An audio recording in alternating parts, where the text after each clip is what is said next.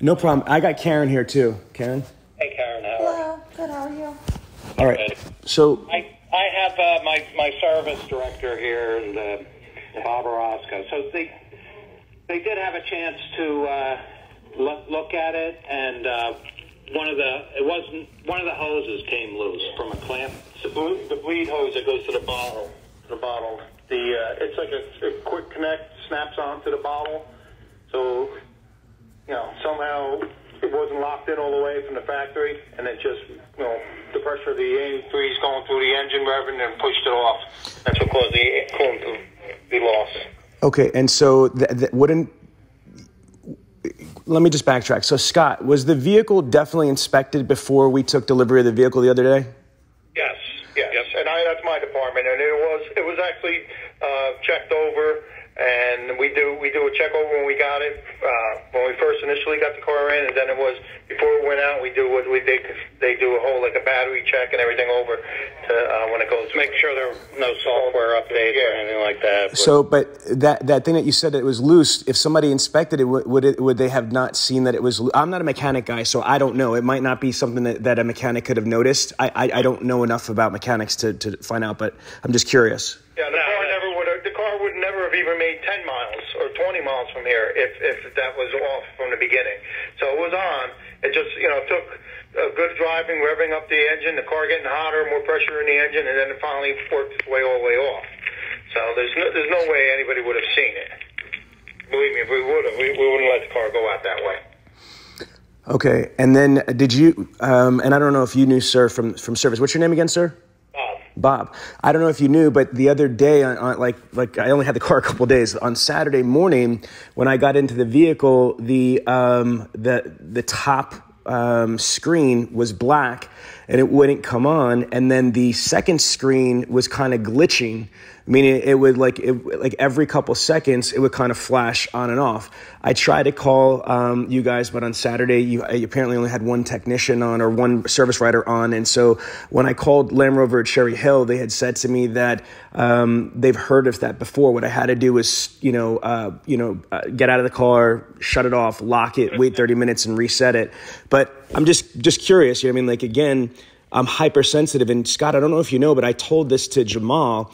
I just came out of a very, very horrible situation with a brand new Maserati Levante. I had a 2017 Levante, and I just, because I'm in the car business, I try to turn around and just try to handle it quietly. In less than 2 years, the vehicle was literally in service 120 days, where a Maserati manufacturer had to come and they basically, before I filed for lemon law, they got us out of the vehicle. I mean, it was a bad situation. And I had told Jamal about that when we took the car. I was like, well, hopefully we'll have better luck on this vehicle, and then just follow the chain of events. When we get to look at the vehicle, there's we thought it was glue or something, but there was a problem on the bumper. It turns out that there was a chip in it, and your guy sprayed it. It wasn't a big thing, but when you get this is not even for me, it's for my wife, and she's right here. When you buy a brand new vehicle or lease a brand new vehicle, you don't want to have any imperfections whatsoever, especially if it hasn't even left the dealership's lot. So I know it's not a big deal to you guys, but just understand from a client's perspective. We get there's a chip in the paint, and we didn't even know it was a chip. Your detail guy put it in back and said, in fact, it was a chip, and then he sprayed it. So that's the one thing. And then the very next morning, we didn't party with it. We literally drove it home, and that was that. When I got up in the morning Saturday morning, I go to get my hair cut, and the freaking screen doesn't work. And, I try calling. I couldn't get a hold of anybody. It was what it was. Then my wife tells me when she went to, after I got back from the haircut place and she went into the vehicle, there was the coolant light, and then Scott, since you have him on the phone, I'm just going to say this. And what I really didn't appreciate the way that this got handled from the beginning, because it must have been miscommunication, because, you thought that I didn't call you, you know what I mean? And at first you thought I didn't call you. And I felt like, Scott, you were like, I don't even want to deal with you people. You know what I mean? We gave you a pin deal or whatever. So if you don't like it, just come get your car back. I was like, holy crap. We spent let me finish, Scott. you know what I mean? We spent like 3/4 of a day there, which we didn't have to do. We bought the vehicle. We gave you guys these 3 great reviews on Yelp, Google reviews. I took time to do a video review and put it in a group of around 15,000 people.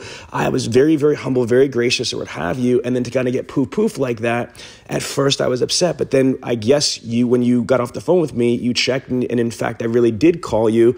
You know, it was what it was. Then you explained to me, which that's just, let me finish, is that then you explained to me, no, what you're saying is that you didn't want anybody to be not happy. But what you guys got to understand is that my wife has been looking for a vehicle for about like 3 months. And, you know, she finally just narrowed it down to the vehicle. You know, we weren't desperate to get into the car. She just narrowed it down to the Maserati Ghibli or the Range Rover. And after Jamal did such a great job, we wanted to just move forward with that and just be done with it. And it's kind of after spending 3 months looking for a vehicle, it's anticlimactic and it's really disturbing that there might be small things, but, you know, all at once, boom, boom, boom. And then I even said, you know, because I said, look, you know, let's see if there's another vehicle in stock. There wasn't. I said, okay, no big deal. I said, let's just make the appointment. And can you imagine if I didn't make that appointment? Like, you guys don't even realize how crazy it was this morning. We're driving in the rain with the puppy, and, you know, all of a sudden my wife's saying something's not right with this car, and a car just dies while we're driving in the middle of the rain. And so when we called, we let you know that what was going on, and your driver was right around the corner. So, but Scott, you know, directed us to call roadside assistance. Roadside assistance was really not, this is why I blacked out later on, is just this kept on piling on. When we called roadside assistance, they were like really impatient, you know, and I was like, listen, we're trying to figure out what to do. They're looking for they want the VIN number, and I didn't know the VIN number off the top of my head. I had to try to dig into it. So long story short is that the freaking roadside assistance hung up on us the first time because, you know, they just didn't feel like waiting while we were trying to figure out the VIN number or whatever it was. So I'm dealing with that. Then we finally get to the office. Your guy comes through, and, you know, he drove twice on the main road. So I said to him at first very, very nicely, look, go around the back. There's a parking garage over there. But I said it like, you know, he's obviously in his car and he's driving. I'm parking garage. I drive. Say again?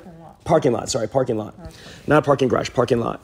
And so he drives past my entire parking lot, which is orange, like, you know, my building and stuff like that.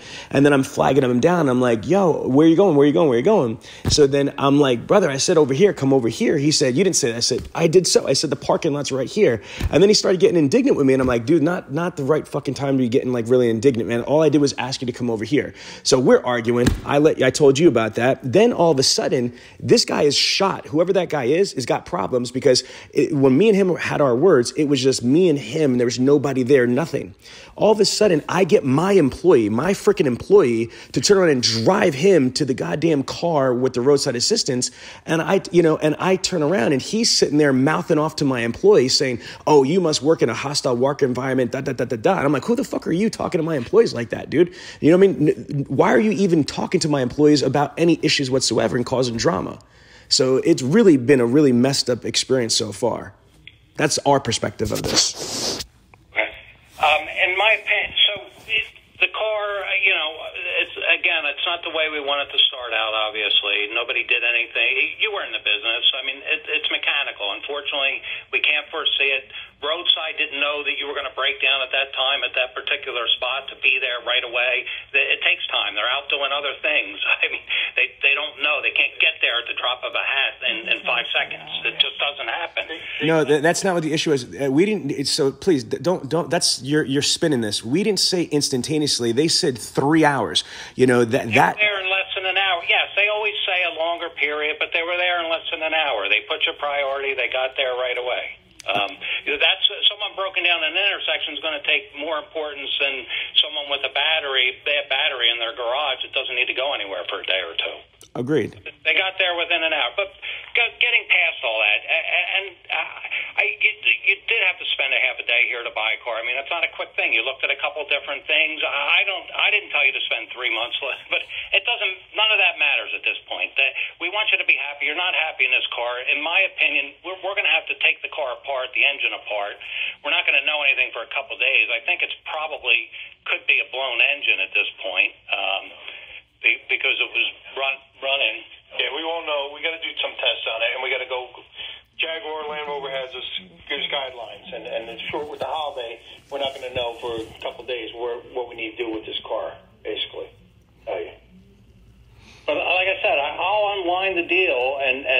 refund your deposit, and we can start from scratch if that's still what you want to do. I can look around for another car, but in my opinion, I mean, it hasn't been a good start with this. Yeah, here's what's going on. Like we have a loaner. You can stay in that for a couple of days. See if you want to still do this. Let us give us some time to look at it. That's fair. And look around and see if there's another car. And Sean, just so you're aware, like with the screen not coming on, this is Bob. So okay, thanks, Bob. These cars there's like 6 or 7 different computers which got to turn on. They all got to talk to each other, and it's just no different than your iPhone or your Samsung phone. Sometimes you turn it on, it locks up for a second. That's basically what happened. Was one of them didn't wake up right away, didn't turn the screen on, and by your wife locking the car down, basically hit a reset button and reset it. But we would definitely, check to make sure you had the up-to-date software in it. That's basically what happened with the screen. It's not that the system was all blanking out. Something didn't wake up. And when she locked down the car and restarted it, it brought it all back to life, and everything came to work. It was working fine. Yeah, no, and I'm not contesting that at all. I totally understand, and I said that to Scott. I have no issue with that. All I'm saying is just try to imagine. Forget about spending 3 hours there or 3 days there. Forget about all that for a second. To your point, Scott, it doesn't really matter. The only thing is that just try to put yourself into perspective if it was your wife. My wife is a capable automotive professional, so she's not just like some woman, you know what I mean? Like, but just imagine if that was your wife, though. She really has been trying to find the car of her dreams. Like, she's literally she just gave up an i8, which she loved she had 2 back-to-back i8s, so she wanted something different. She finally finds the vehicle that she thinks that she loves, that she wants, and then it's these things. And again, individually, having a chip on a bumper, it's a bumper. I wasn't making a big deal out of it. Again, not that big deal. Sprayed, moving forward. You even offered to change the bumper. That's not the point. The point is that it's a really jacked up experience. You know what I mean? Not blaming you personally. It just is what it is. But unfortunately, this is what you guys do for a living. This is what she's buying as a luxury item. You know what I mean? Like, so she's just very disappointed at this whole experience thus far. Now, Scott, back to it.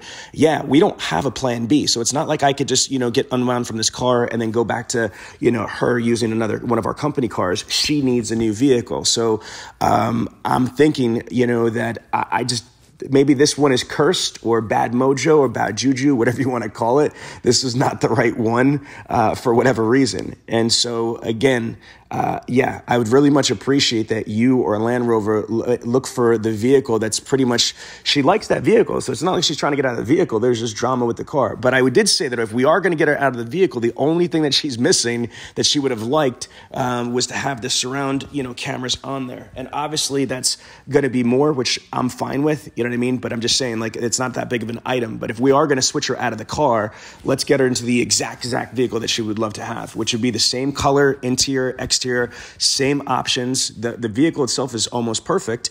And if this issue didn't happen, we would have been happy without the cameras. Not a big deal. But since she's going to go into... It all just happened. So I understand you're frustrated. I get it. And again, you're in the business, and that's why I kind of said I'm willing to take... A lot of places wouldn't do it. They wouldn't even take the car back. They would just say, forget it. I'm willing to take the car back, unwind the deal, which is what I think we should do at this point. Give us a few days. I don't know what's out there, what I can get. If you still want to do that, and we'll talk about it then. Let me see what I can find. Not a problem. And we'll see, that'll give us a couple of days to diagnose the car. We can talk to Land Rover. Yeah, keep the loaner car. You have a loaner car to use in the meantime. Not a problem. I'm totally okay with that. I think that's fair. So again, this is like the worst timing for everybody. I mean, like as far as the holidays with the manufacturer, I totally get that. So the big thing is it's been stabilized. You know what I mean? We're not stranded. We have a vehicle temporarily until we figure out what next steps are. I'm totally okay with that. Okay. So we'll talk within. We're closed. We're here for half a day tomorrow, and then we're closed, obviously, the following day. But end of the week. And everybody's trying to close out their. We're trying to close out the. Yeah, no, I totally get that too, which sucks. Bob, you there? Yes, I'm here. Okay, so I do have 2 questions because of the comment. Because the only light that came on was low coolant level. You know what I mean? And so just so we're on the same page, I'm not saying that you guys are saying it's our fault in any way, shape, or form, but just on a mechanical level, I don't know what else we could have done. You know what I mean? There was nothing, there was no check engine light or warning light or whatever. So we had no idea that this low coolant light would have turned into, you know, something crazy. That's why we scheduled the service appointment to kind of see what was going on. We didn't know if it was an error. I mean, if you think about it, like, and this is what I had said to Scott and Jamal the other day, is that, you know, maybe that low coolant light might have been an error because, you know what I mean, like, it's a brand new vehicle. So anyway, I just want, like, I'm kind of disturbed that the engine might be blown on the car. We're gonna check it out. There's steps we got to take. We wanted to get back to you on the phone today just to let you know where we were at with it. But we'll go with Jaguar Land Rover, go over the steps, and they have ways of looking into the car, and we'll fix that car eventually. You know, we got to fix it either way. We got to fix that car. Right. The best thing I think is what Scott's saying. He'll let him find you something else, and you use the loaner, and we'll go from there. Thank you, Bum. Okay. Thank you, Scott. Okay. All right. Take care. Take care. Have a good day. Bye.